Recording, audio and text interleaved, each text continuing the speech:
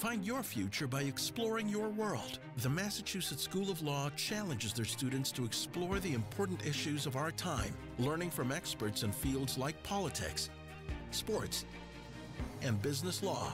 From first-hand accounts and dramatic reenactments, in-depth conversations with society's leaders, from historians to lawyers, from high-tech professionals to environmental experts. The Massachusetts School of Law at Andover presents MSLAW.edu.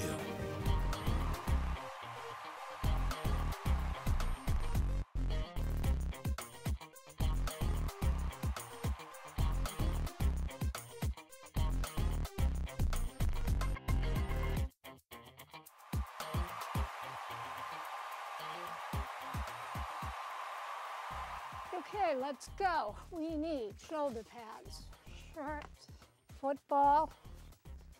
Oh, can't forget the helmet. Gloves, sneakers, guess I'm ready. Hello, welcome to MSLAW.edu. So you think women won't, or can't play tackle football? Don't tell Dana Spaulding, CFO and game day manager of the New York Sharks.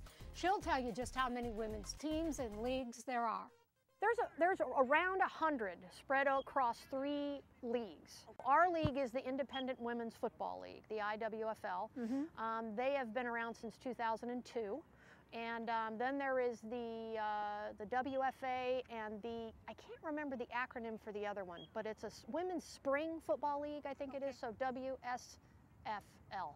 I think is what it is. Tell us about the role that you play within the Sharks organization. I've played several roles. I've been with the Sharks since 2001, where I started as a player for 4 years. I was 37 when I found out about it. So I looked at my watch literally when I heard about it, and the clock was ticking, and I ran out there and I tried out and made the team. But during that time, I got involved with helping run the team. All of the people who run it are volunteers, and it's love of the game, it's sheer passion.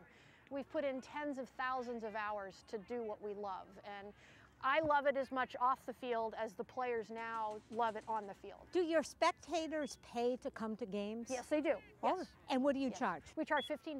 Wow, that's yes. good. Yeah. Well, that's progress. For the now, New York area, I mean, we've been charging that for about 8 years now. So, and then they don't blink at that amount in New York. In other smaller markets, say maybe down in North Carolina or something, they charge 10. You know, it depends on your market. Do you have sponsors? We do have sponsors, but we have knocked on the doors of so many major corporations, you know, sports companies, that sort of thing. We've had little bits of interest. Maybe they contribute footballs for the league that we're in, or maybe they contribute some jerseys to a team. But getting it to take hold on a really large scale where we really see the financial benefits of it on a broad scale still hasn't happened yet. So the women have to raise money to play, our players. So they go out and they knock on doors of businesses, and we offer advertising in various forms in exchange for whatever they may pay that player. You know, the girls can go out and get sponsorships from friends and family, and if they get an amount over in a certain level, say $50 to $100, we mail them a t-shirt. You know, it helps with an incentive for someone wanting to help support one of these women to come with their dream. Women work full-time jobs. Many of them have families and other lives, and they do this part-time because they love it. Yet men make millions and millions of dollars, and you wonder, when will that ever change? When will women be able to sustain themselves simply by playing football? Will it happen? I don't know if it'll happen, but in my view, having been involved with this for 15 years, when society's view changes of what women should be doing, I can't stand the word should. I try to remove it from my vocabulary because to me that's a limiting word to tell girls they can, or men they can or can't do something, or should or shouldn't do something. But I think once we can start getting more of the message out to teaching girls they can do anything they want to, and getting society to embrace the idea, I think embracing the idea of women playing such a hard-hitting contact sport is where the problem lies. Oh, yeah. And I that think takes you're right. a while to change that. So, you know, like anything else, when you change people's hearts and minds, but it can happen slowly when it comes to something like that. Do you foresee yourself staying with women's tackle football for many years to come? You know, it's funny. not only I, but Crystal Turpin, who's our GM, and Andrew Douglas, who's our owner, we have been working together for 14 years, and Crystal and Andrew were together when the Sharks became a tackle football team. So it's been a long time we've known each other. We have, the three of us, almost for 11 of those years, run the Sharks but alone, the three of us. All the operations, the game day, everything. So it was like a full-time job. But we got burnt out a few years ago, and it's funny, 3 years ago, we retired. Players carried us off the field, that was it. That was June, you know. Come September, we were like, okay, can we really retire? Can we really do this? So now we're right back in, up to our necks, but we took a little break because we needed that. But the other thing that Andrew did, which was a really great idea, is she sat down with some of our leaders and veterans and said, we need to hand off. The three of us cannot keep doing all of this work. So if you want this football team to continue, you're going to need to take on some of the responsibilities. So she created director positions. So we have a director of fields and a director of uniforms and a director of player personnel, a GM. So, and these gals have been doing this for 3 years and they've done a fabulous job. Oh, that's terrific. So it's taken a big load off, and it's more like oversight and guidance now on our part. Tell us about Fins Up Foundation. What is your purpose? What do you try to accomplish? Well, our foundation was established in 2003 by the New York Sharks women's professional football team's owner, Andrew Douglas. She started the organization in 2003 as a sister organization to the New York Sharks women's tackle football team as a means for us to do community outreach and teach our love of football to girls ages 12 to 17 is pretty much our demographic, and we like to share our love of football through clinics like this today, where we're teaching the girls how to play. Honest to God, we're doing some recruiting too for the older ones. I was going to say, you're doing more than teach them. I'd be lying if I said we weren't. And so, you know, we've got some athletes out here. So we try to teach them some life skills too while they're here today. So it's not just about football, but we try to focus on the things that they have the opportunity to learn while playing a team sport like football, about how to get along and that sort of thing. I bet you're wondering how different it is to coach a women's tackle team. Fabian Alessandro, offensive coordinator for the Sharks, can answer that question. There's really not that much difference. They're just as competitive, they're hardworking, and they're just as intelligent about the game. So there's not as many differences as people would think there would be. If women start to play earlier as young girls over a number of years, do you foresee a time where women might be equally as talented as the men and get an opportunity to play in the pros? Yeah, yes, definitely. I mean, just like the WNBA, it's a relatively new sport in terms of where women are playing over like maybe the last 20, 25 years. Like when women play basketball, they've been playing basketball for 40, 50, 60 years, and then they'll catch up. It's cyclical. It just kind of, when they get up to that level, they'll catch up to the men. Some women or girls are getting the opportunity to play on a mixed team, a girl and boys team, and that's happening in various locations throughout the country. It's funny, my daughter actually plays for her Pee-wee team. Oh. And she's the only girl on the team. And you know, she gets treated just like the boys, she gets yelled at just like the boys, and she gets praised like the boys, and so yeah, I mean, I definitely see that not being a problem. Do you ever see a woman in the NFL? Probably not, only because I think if it gets to that level, the women will have maybe like an equivalent to the WNBA of like a WNFL. So I think they would have their own different league. Talk a little bit about the Sharks' success. The Sharks are the first franchise in tackle women's football. So I mean, they're kind of like the New York Yankees. They kind of set the tone for everybody else. They've been around for a while. It's a great organization. They won a championship in the early 2000s, and they've always been competitive. And I understand there are 100 women's tackle football teams throughout the country? Correct. Pretty incredible. It is. It's fascinating because when I first started, I went from not knowing anything about it to all of a sudden I said, wow, there's actually a whole culture about it. Every year, the New York Sharks, along with Fins Up Foundation for Female Athletics, host a football camp for girls. That's where we found defensive linebacker Tia Hopkins, who's also the general manager of the Sharks. She explains how she got started playing tackle football. Well, I actually started playing tackle football because I was out of college. I played basketball in high school, and I just missed that team camaraderie, just having women around me that were like-minded. And a friend of mine joined the Miami team and told me that I should come try out. And so I went to a tryout, and that was in 2003, and I've never looked back. And what keeps me in it is just the women, just like-minded women with a common goal, just passionate about the same thing, and the relationships you build in this sport. Like the dynamic of women that are together, they would just never be together if it weren't for football. So it's just great, and it's just kind of hard to walk away from. If I have my facts correctly, you pay money to compete. Men make millions of dollars. When's that going to change? I would say it's going to change when women are able to start at a younger age. Right now, there are some great teams out there that can put out a great product that's marketable because it's a great game, it's competitive, but then there are teams that are not as experienced because women don't come from football backgrounds and the games are maybe not as enjoyable. So that's why it's important to involve the youth so that they get involved in football at an early age like the boys do, which is why the NFL level of football is so spectacular to watch, because these men have been doing it for so long. Right, so I think that once women get to that level, at least half that level, it'll be much more interesting. Discuss the success of the Sharks football team.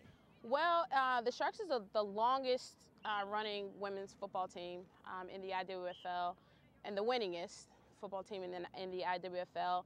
And Andrew Douglas, our owner, is well respected by many teams around the league. She gets a lot of love from other teams. We're extremely organized, and I'm a player as well as a general manager, so I get to see all that goes into making this organization a success. And there's a lot of work that goes into it. The management, staff, coaches really care about the women, and I think all of that goes together to make it a great organization, which contributes to the success of the organization because the players believe in it, because they feel like the management believes in them. What do you do in your day job? For my day job, I am the director of IT services for a technology firm that provides technology solutions for small businesses. So the large scope of my job is customer service, because I like to keep my clients happy, but the baseline of that is the technical level, by making sure their computers work and they can come into work and do the things they need to do every day. Like other women on the team, then, you have to juggle a lot of things. I You do. have a full-time job, plus you have this passion for football. Right. And I'm assuming that you have women on the team that have families and children. Yes. How do you do it all? Well, I don't personally have children, Yes. but you do have a day job. I do have a day job, which, as a director, it's not just a day job. It's really 24/7. Combine that with the fact that being the general manager of the team can be a 24/7 job, also being a player, and I'm also in school. So it's a lot. It's a lot to do. So time management skills are of the essence when doing something like this. So what motivates you? That is a very good question. What motivates me? I'm really just self-motivated. I put my mind to something and I'm just all in. I don't like to do anything halfway. I just feel like if I'm not going to fully commit, then why even bother? But on a level of what makes it all worth it is on game day, when we all take that field and we all have a common goal, and everything that we've worked for, the sleepless nights and the visits to the doctor and practice in the rain and the snow, and when we come together and win a game, it's the most amazing feeling in the world. Have you gotten seriously hurt? I have. I've completely blown out my left knee. I had to have surgery on that, and I actually kind of walked away from football for a while because it shook me a bit, and then I came back. Of course. Of course. No really serious injuries since then, but I do have some doctor's visits pending for things that they want to do to my body, but I'm like, no, we'll do it when I'm finished. Do you see yourself as a pioneer, that you're showing young girls that, hey, this is an opportunity for you? Absolutely. It's good that at this age girls have something to look forward to, especially nowadays where I feel like women's football is getting more exposure. More girls are starting to play at a younger age. High schools are slowly but surely becoming more open-minded to the idea of girls playing on the boys' football team. And then also in New York, a lot of the high schools are putting in more effort to get flag teams. So even if they start at the flag level, to know that when they get out of high school, there is something that they can do, and for them to be able to see it and interact with us and know that it really exists, I think it's a really big deal for them. Distinguish flag from tackle. Well, for me, as a linebacker, flag football is just something that I can't get my head around. I've been playing tackle football since I played football, never played flag prior to that. But a couple of years ago, I went out to play at practice with a friend of mine that plays flag, and I just could not get my head around getting this close to someone and not taking them to the ground and you know, pulling a flag. But I will say that I do notice that a lot of flag players are, especially with the 7-on-7, I think they're a lot smaller because it's more of a speed game, you know, whereas tackle, it's a mixture of speed and strength. And there's also more players, and I think a lot more scheming goes into that because there's more players and because of the mixture of the type of talent that you need to have. So are you spending time in the weight room? Oh, absolutely. Yes. Absolutely. I mean, I want to be the best that I can be for my team, and you know, with me getting on in my years, I have to put more time into my body. It takes me a little longer to recover, and unfortunately, it doesn't take as long for me to get out of shape. Do you have an audience at your games? Yes, we do. We had a huge number of fans at our season opener this year. It was pretty mind-blowing. I would say upwards of maybe 400 or 500 fans at the first game. And so it's growing. It's growing. It is absolutely growing, yes. Comment on today. What is your role here, and what are you contributing or getting out of the day? Today, with the girls' camp with the Fins Up Foundation, it's just really, for me, letting girls know that there's something else out there, making them aware of women's football. My role today, I'm running one of the stations along with another one of my teammates that plays linebacker also, and I feel like through sports you can also communicate life skills to these young girls. So, you know, yes, we're showing them football drills and getting them focused on the game, but we're also giving them life skills, like you have to work hard and you can't quit, and if you want to be good at something you have to stay at it. And they seem to be getting it, and I like it because you know, one or two of these girls are gonna get inspired by this, and it's, you know, also one or two girls are gonna have their lives changed today. You know, and I might not ever know who they are, but just to know that that's going to happen is enough for me. When you're no longer playing, which I think for you is going to be a lot of years from now. But that's nice of you.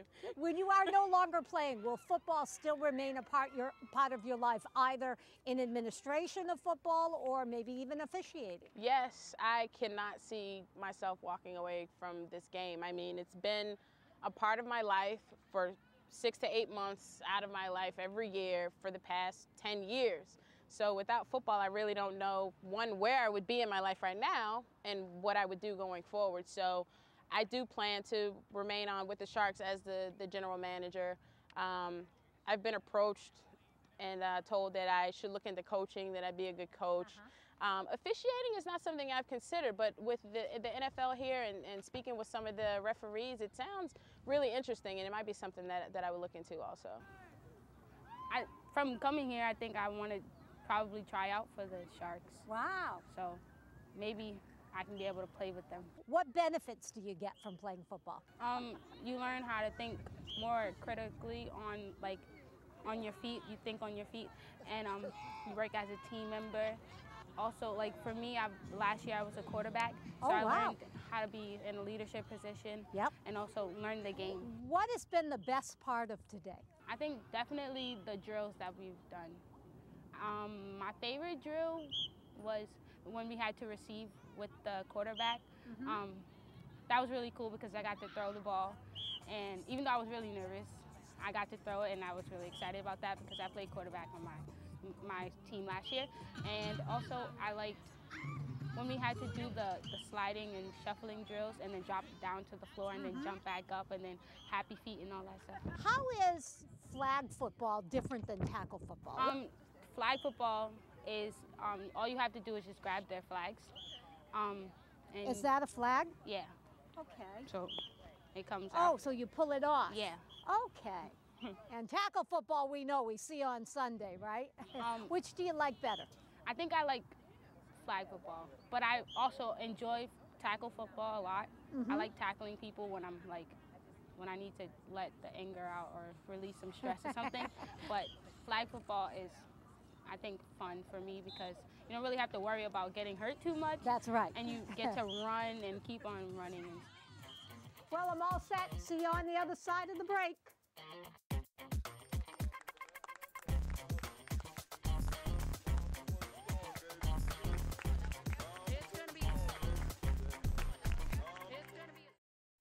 Stuck in a cubicle, Jess was going nowhere. Carol made the switch from a tech company. Everald was an undergrad who knew he wanted more. He deserved more. Find your future at the Massachusetts School of Law. Immerse yourself in a fun, supportive campus environment. Learn professional skills from instructors with real-world experience. Take the first step in changing your life at the most affordable law school in New England, the Massachusetts School of Law at Andover. Your future starts here. I believe in nature. I believe in the spirit. I believe in trust. Beauty.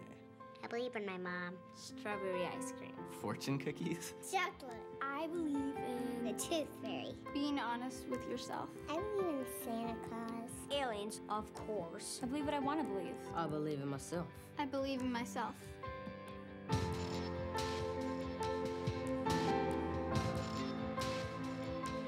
believe in peace. I remember the day my future started. Walking with Bo, thinking about my life. I had big dreams, but my career was going nowhere. That's when I discovered the Massachusetts School of Law.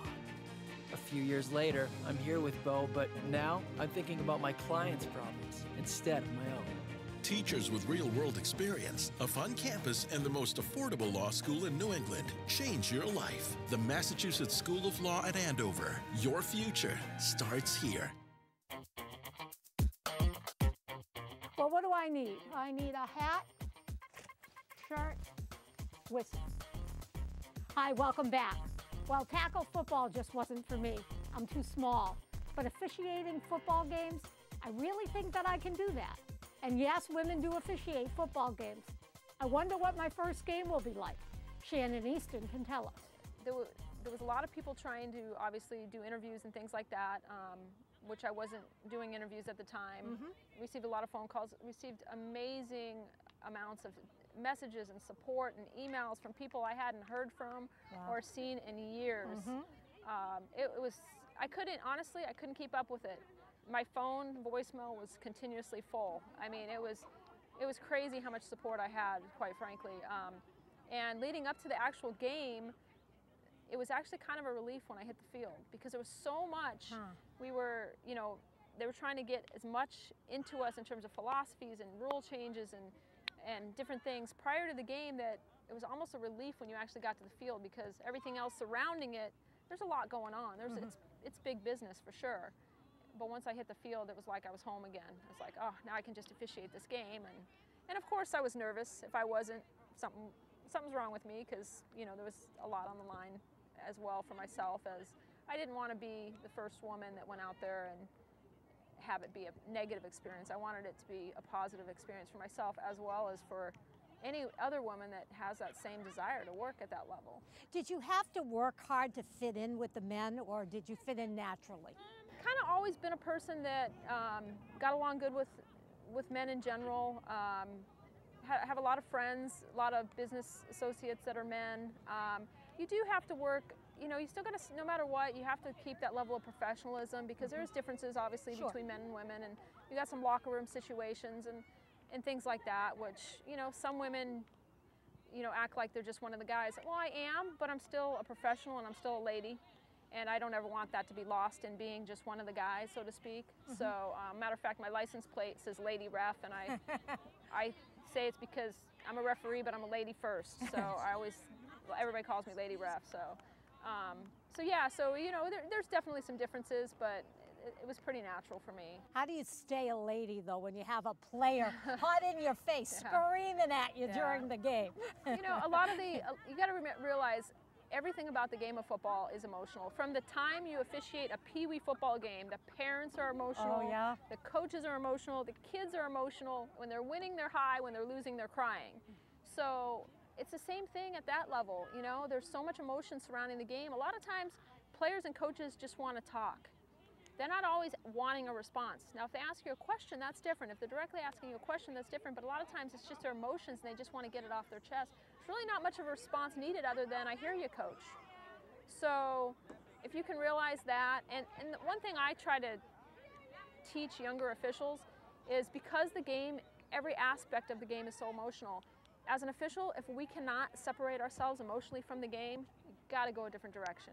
Because if I'm emotional, the coach is if I go down that emotional roller coaster with a coach or a player or whatever, it's just complete chaos. I have to be the non-emotional component and just do my job to the best of my ability and communicate to the best of my ability. So. How does a girl grow up to be the first woman to officiate in the NFL? I don't think I realized early on that that was something that was even a goal for myself. When I was younger, I thought about coaching, and then when I became, just after college, I decided to work some Christian Athlete Ministries camps, and the coaches had to officiate games as well for the kids. Okay. And right there I was like, that seems like a good direction to go. So from that point forward, I actually kind of changed my direction from coaching to officiating, and was thinking basketball officiating, but I did have a passion, a love for the sport of football, so I asked a friend of mine, would it be crazy if I tried football officiating? And he said, absolutely not, and I did both for a long time, and then just decided that football was my first love when it came to officiating. So. Tell us about today's initiative and your role here. Well, Vanessa and Terrell have been amazing in getting this Women's Officiating Now movement going. I'm here just to support them and to support as many young players, officials, not just women. We're focused on women for sure, but I mean, anybody that is interested in officiating first would be wonderful. But just getting into these girls' mind that there is something else they can do, especially going into college. You know, you can go flip burgers and make, 8-hour shift, make maybe $40, $50. You can go work a football game and make more than that. Sure. And it's not about the money, but it's given them an idea that there is something else that they can do. And especially, it was so foreign to girls at this age years ago, but now, we're trying to get them to say, hey, why can't you do this? This is a great thing for you to think about doing. If there is a young girl out here today who really wants to become an official or thinks she may, what advice do you give her? Start at Pop Warner and work your way up? I mean, how does one, develop the skills that are necessary? I would say that probably one of the greatest things they can do is find a mentor. Because even in the business that I run, I used to do a lot more of hands-on, on the field mentoring people, but because of my job and some other responsibilities, it's hard for me to be out there every Saturday mentoring young officials. But it's a huge passion of mine to make sure that in my business and everything I do, that we're training officials right. So the number one thing I would say is try to identify somebody that, number one, believes in you and can mentor you the right way. And then you just have to surround yourself with people that are going to tell you you can do it, not people that, there's going to be enough people that you're going to come across that are going to still shake their head when they see a woman coming. That's okay. For every person that shakes their head no, find somebody that says, yes, you can do it. And just move forward. You've got to surround yourself with good people. Tell us a little bit about the business that you run. I am the director of officials for a group called Canyon Athletic Association in Arizona. That is my full-time job, and that is high schools and junior highs that I assign officials to work. But besides that, I realize that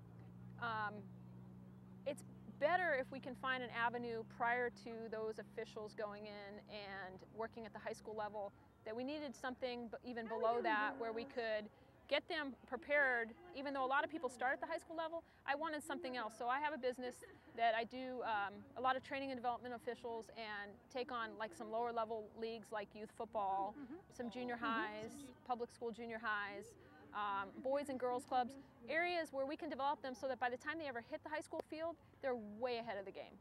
So I'm very fortunate because I love what I do, and everything that I do kind of ties together and pretty much surrounds officiating. So, and I get to meet and work with a lot of amazing people too. So you have a very busy life, and what I find interesting is women who even want to play football have to juggle many things. Tell us about your 2 dogs. My babies. Actually, that's the hardest part about all this, to be honest with you. I don't have kids, they're my babies. My first one, Cooper, they're both Shih Tzus. I got my first dog right before the NFL happened for me. So I call him my lucky charm because I got him and thought I was kind of settling into some different things, and then next thing I knew I was in the NFL, and then this last year I got him a little buddy named Riley, and they are the best. I just love them dearly. And I'm assuming that you would love to be hired full-time by the NFL. Do you think that will happen? That is still in my goals, that I would love for that to happen. Will it? You know what? I'm just going to keep doing what I need to do to prepare myself and control the things I can control. And if the opportunity opens up for me, I just need to be ready. And that's pretty much all I can do. I'm happy and I'm blessed regardless. I have been given, I mean, when you think about how many people have dreams that seem like they're so far out there, and thank you to the NFL for giving me, for my dream coming true already. Obviously, I would like to continue to work for them, and I'll be ready should the phone rings.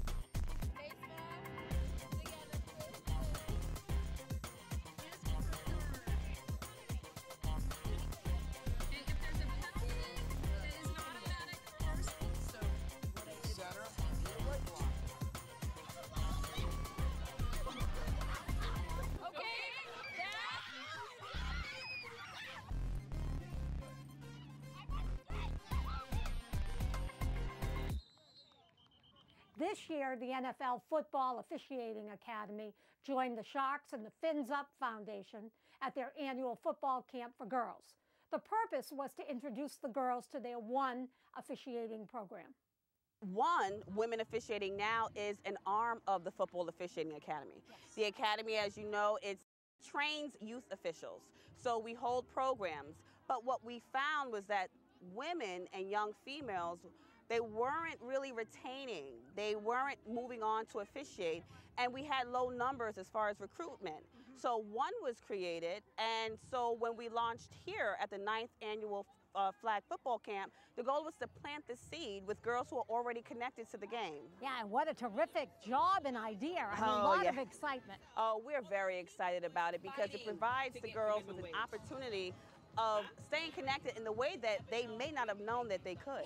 Is the pool of officials diverse now that at least we have some women in the pipeline?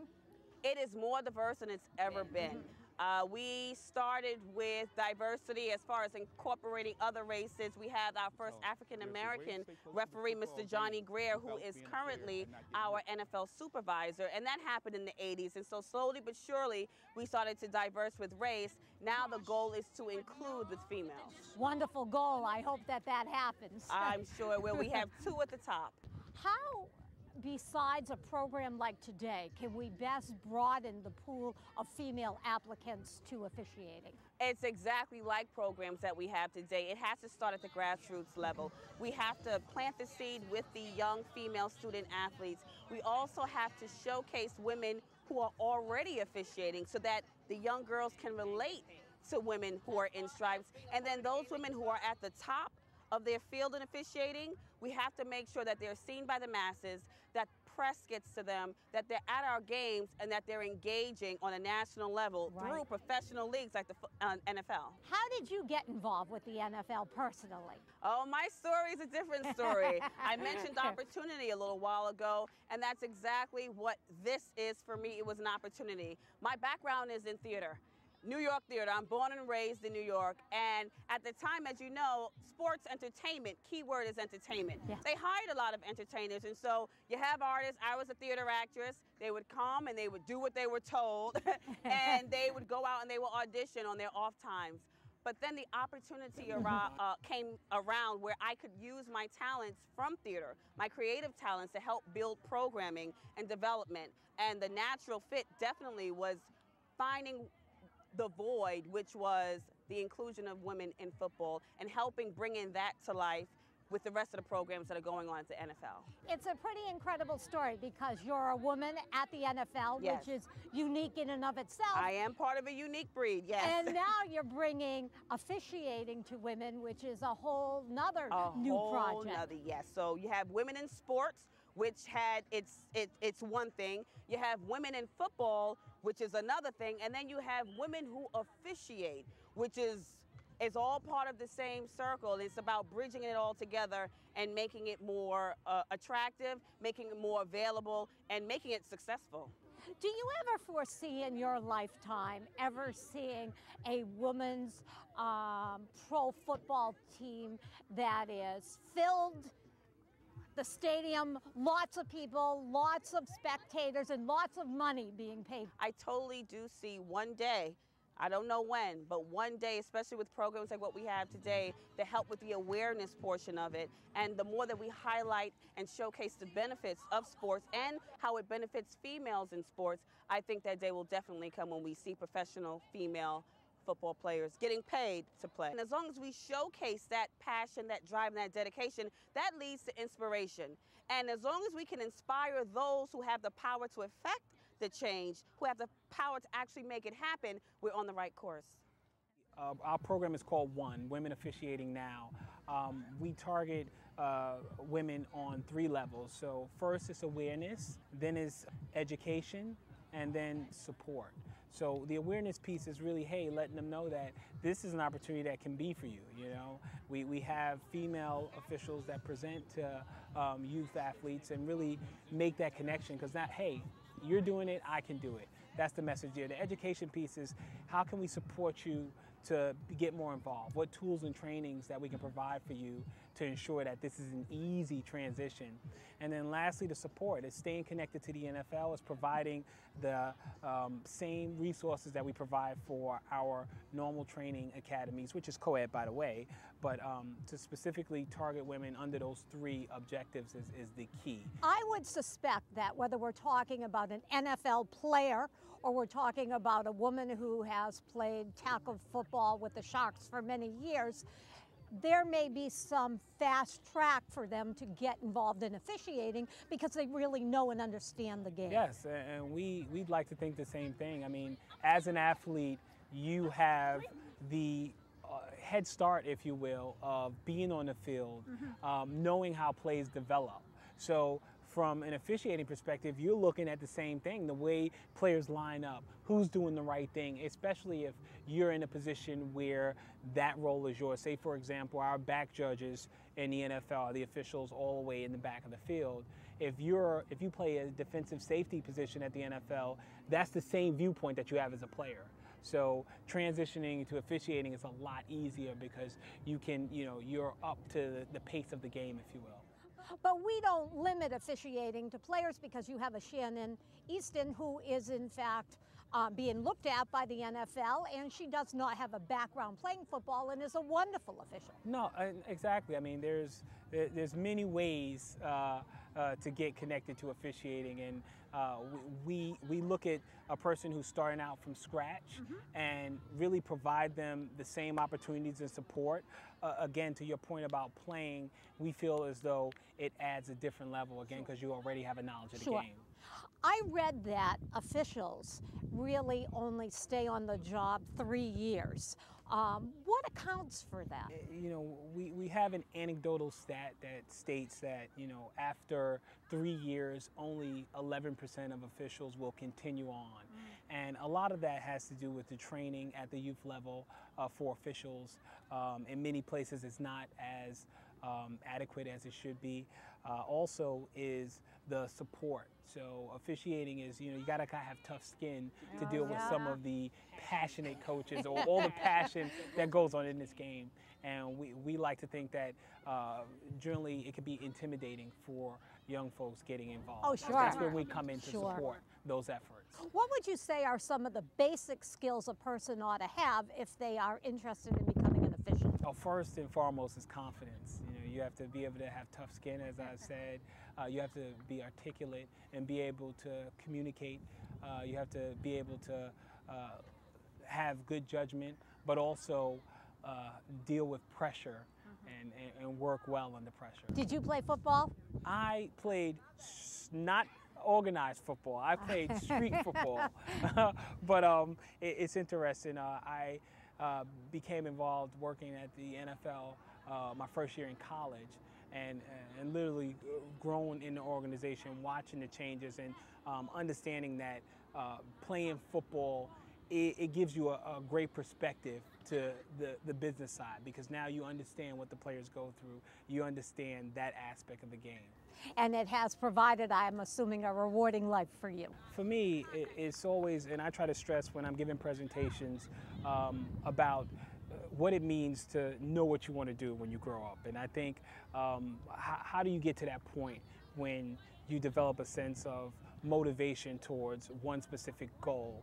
And it's about opportunities and having exposure to opportunities. And that's what we provide at the Football Officiating Academy. We provide an opportunity of officiating, but presented in a way where you generally get a jump start into this occupation. Anise Candy battled cancer 3 times and won. What does officiating and cancer have in common? It's a battle, because for a woman in football, officiating, it's not girl-friendly.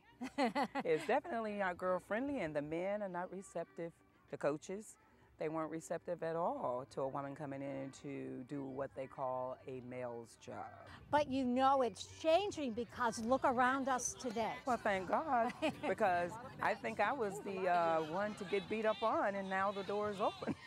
Which is good. Which is great. Take me through your training. How did you train yourself to become experienced in officiating? Did you play football? As a little girl, I played all sports. I love football, but everybody always said, you know the rules. You know, every time you go to a game, you tell us about what it is and what happened or what have you.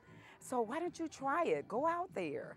So basically, the training of knowing rules, I would read about it, go to the football game so I can yell and be the loudest mother or fan to know the rules. And then at the same time, when I was diagnosed of having breast cancer, then I said, wow. Then my godfather, which is Tyson Jones, said, why don't you just go and officiate football? And that was just so funny. I was like, this is the biggest joke in the world. They're not gonna have a woman come out here and tell them what to do in a male's arena. So he said, we're not worrying about that. We're not worrying about that. We're worrying about your life. And the funny thing about it was, actually, in one of the first meeting, they thought I was there as a wife to one of the husbands coming to the meeting. But of course. Then I had my name on the roll call. And when they called my name, the guy stopped the roll call. I said, here, stood up, like they said. And when I said here, they was like, wait a minute. You came to officiate? I said, yes, that's the first. I said, okay. And then they said, we're not officiating with a woman. And that's when my battle started. Fighting cancer, as well as fighting to have my place, as well as, do the same as what they were doing, applying rules. And obviously you have won the fight with the battle of cancer. Yes, I have. And look at the success you've had officiating. So you've won on all fronts. That's right. What has been the biggest challenge of the job? Has it been fitting in with the men or getting the men to respect you, or is it something else? Basically, I think is getting the men to respect me, a woman, and that women can do the same. Like I said earlier when they were talking, I was like, it's only applying rules. It's not like we're picking up a Jeep. We're not picking up a truck or anything. And basically, we all can, study and learn more about rules. So, what's the big deal? I said, what's the male thing in rules? I couldn't understand that. And getting that respect to make it more girl-friendly. And still to this day, it's still a battle, but at the same time, the doors are opening. Discuss today's event. Today's event is one of the greatest. I am so happy. I'm so happy to see this because I didn't know it was that many women. I often say that we should do a women's camp for women officials. And for this is the greatest thing because when I started, I was the only one, and that was 94, basically. And I had a hard time. I got beat up on or whatever, and I laugh about it, but they was like, okay, you're going to be the trailblazer. You're going to be the one to open the door. But getting the respect that we all can do the same, what's the big problem? What's the male dominancy in this? I don't see it. I couldn't see it. And, you know, even though they try to make you see that it's a male sport, okay, everybody plays sports, and we all have played football, or, you know, many have and still do. Some of the young girls here today, do you foresee them officiating in the NFL? I do. I do. Wonderful. I do. I see, you know, I was standing there earlier and I was like, in 10 years, this thing is going to be bigger than what it is today.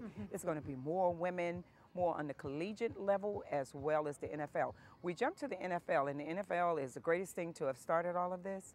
But let me tell you something, on the collegiate level, by being the first woman and did it for, you know, constantly out there on the field doing it, every time I went to a game, every time I go to a game, they still say, oh, it's a lady, it's a lady. And there are, you know, not as many, maybe 5 ladies, you know, a handful, but still it seems like it's new each year. Oh, it's a lady. So until we get those numbers in there and it becomes more respectable toward women, girl-friendly, it's still a lot of work to be done.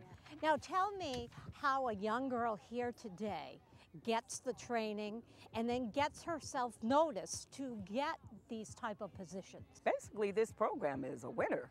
Okay. One itself, because we didn't have this. No. You had it nowhere. And this, by, you know, having this program here, it gives them the spotlight. Your name is already there, basically. You know, the name will be familiar in the place. And then you got support.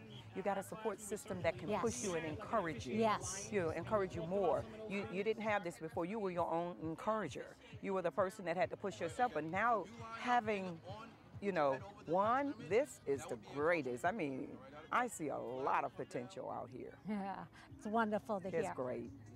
Final comments for the audience? Basically, endurance. Staying there, not allowing anybody to tell you you can't do something, or it's not for you, or this is not a girl sport, this is not something women do, or we can't do the same, or, you know, it's crazy because we've all been in the I can't, you can't, or this is not for you. But are you listening to them, or are you listening to the inner voice within you? If this is something you like, stick with it. Tough skin is developed through trials and tribulations, and if you can stay in there without fainting and moving, hey, no one can tell you what you can and cannot do, because one thing about it, the Almighty himself gets the final word, and as long as we live by that and believe, that's right, we have won. I get the feeling that if someone tells you you can't, you're saying watch. Whew, watch me, baby. Battling cancer and officiating during the time that I was on a battlefield. And believe me, it wasn't nice. And then I had to switch that. I had to rechannel that to, this is not negative. This is positive, because I can be under the ground that I'm standing on, officiating on. What an inspiration. Up next, the forward-looking NFL player, and then the zebra dance.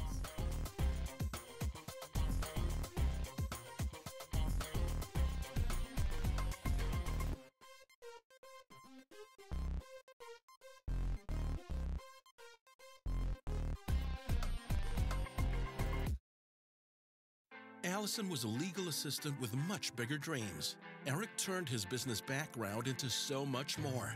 They found their futures at the Massachusetts School of Law, and so can you.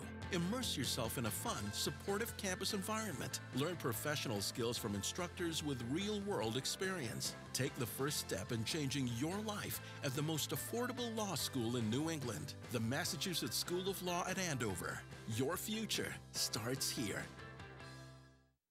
Now, Krista, make sure you stay with her the whole time. She's new to the country. This is her first day. This is a brand new country. It's a whole different culture. It's gonna be okay. But now make sure you stay with her the whole time. I'll be here right after school to pick you up. Okay, Mom. Okay, have fun. Bye-bye. Bye. Ignore my mom. She's so annoying. She's totally freaking out about this whole thing. She freaks out about everything. She always does that. Ugh. Ignore my mom. So, ready for your first day in the Wicked Castle of Doom? I mean, like, seriously, it's so boring. I don't know how they could put us through this, like, every single day. How many schools do you have in your village? None.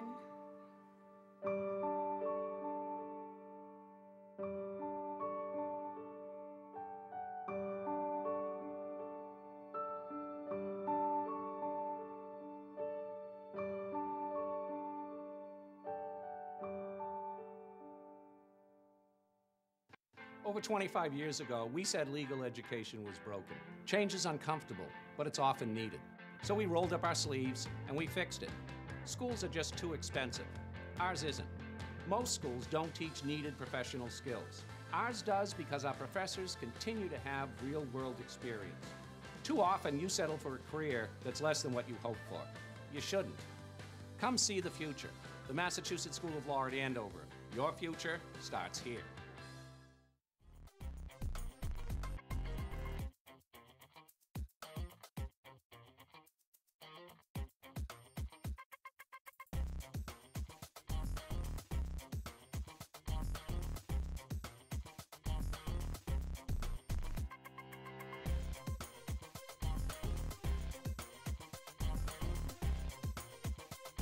Welcome back. According to the NFL Players Association, the average career of an NFL player is 3.3 years. Players leave the NFL for a variety of reasons. These include injury, retirement, and being cut by their team. Defensive back Chris Crocker is preparing for life after football. Well, you know, we're here today through a program called the FOA, Officials Academy, and you know, I started to think about transitioning probably 4 or 5 years ago what I really wanted to do, and I had an interest in officiating for quite some time. I just didn't really know who to talk to, where to go, and so I started to make some phone calls in the league office and talk to some people I know, and I went from one person to the next person, and here I am today. This is going to my 2nd year in the program, and it's been a really, really good thing because this program really kind of guides you, and they give you, you know, all the support you need throughout your officiating career. And obviously, I'm still an active player, but during the off season, you know, this is where I spend my time. I do high school, spring ball, spring practices, 7-on-7, prep 100s. You know, I try to do anything I possibly can to kind of stay current and stay, you know, stay within the realm. And the people who are in the program with me, obviously they're progressing and you know, they're moving up in their officiating careers. But it's encouraging to me to see that this program really does, you know, help, and it does support us, and it's working. So, you know, that's why we're here today. Well, you know the game of football as well as anybody knows it, so I'm sure that officiating would be a natural extension for you. Yeah, and you know, when you look at all the things that officiating provides, you know, it provides a lot of the same things it does as a player. You know, you're still a part of a team. You get to network. I get to stay within, you know, the NFL. You know, it's so many things that are so good about officiating that I don't think people are privy to, because as a player, you never really look at being an official because, you know, you want to play the game. You want to be in between the stripes, and you want to play as long as possible. But officiating is like you said, it's a great extension of all the things that you have done as a player, and you know, those things do translate, and they do, you know, roll over into officiating. Obviously, you have to be taught how to facilitate a game, and you know, how to manage, you know, relationships. Because players that are hot in your face. You're gonna have to, you know, you're gonna have to manage relationships.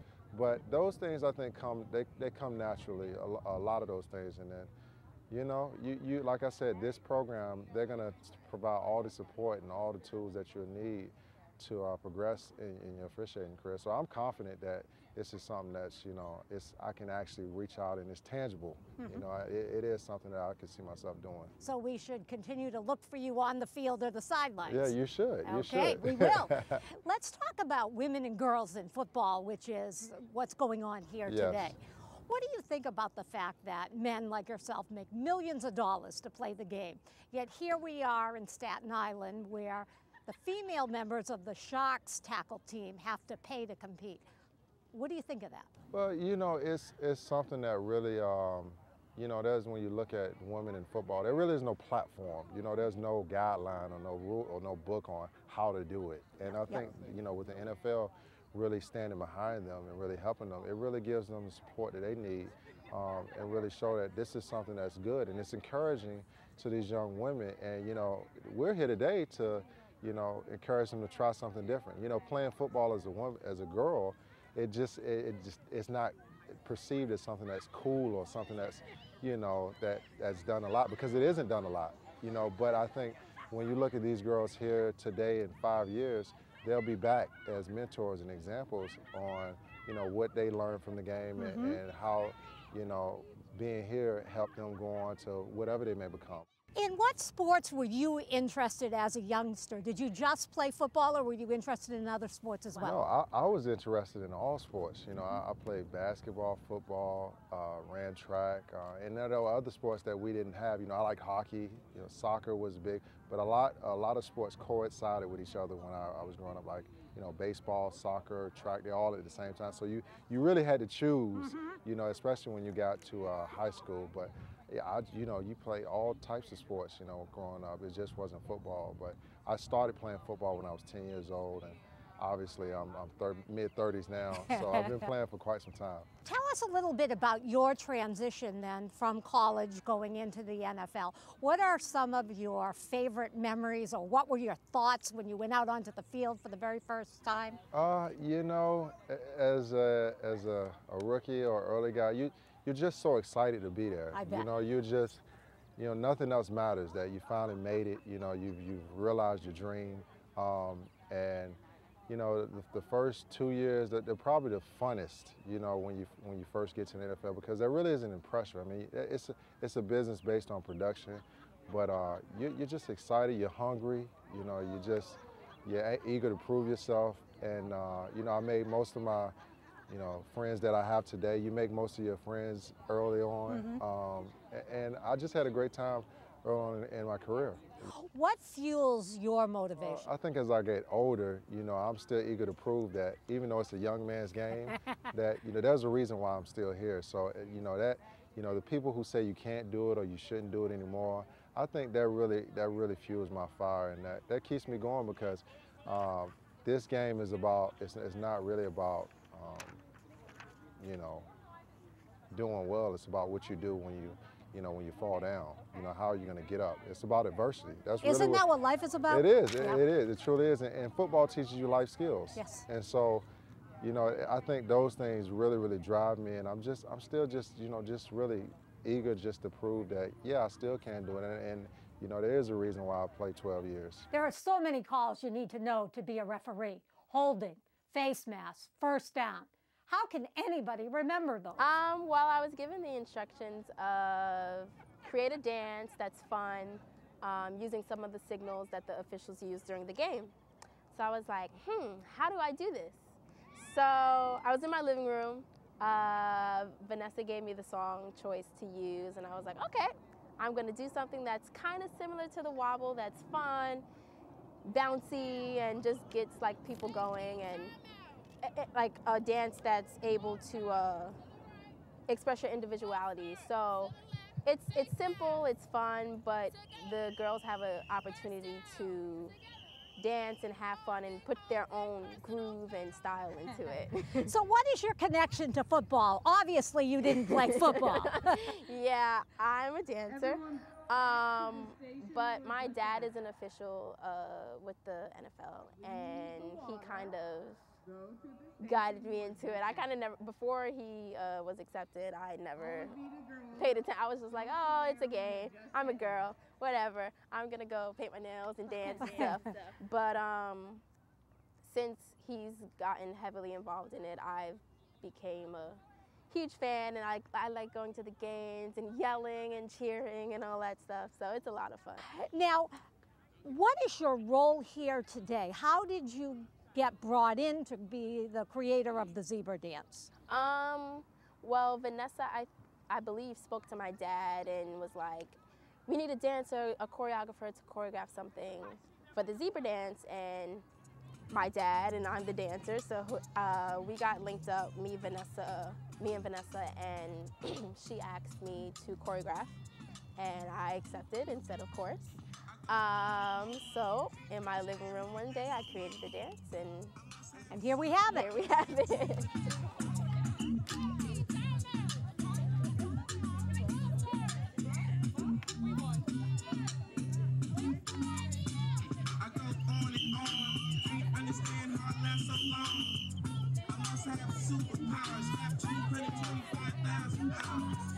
So there you have it, girls, women, and football.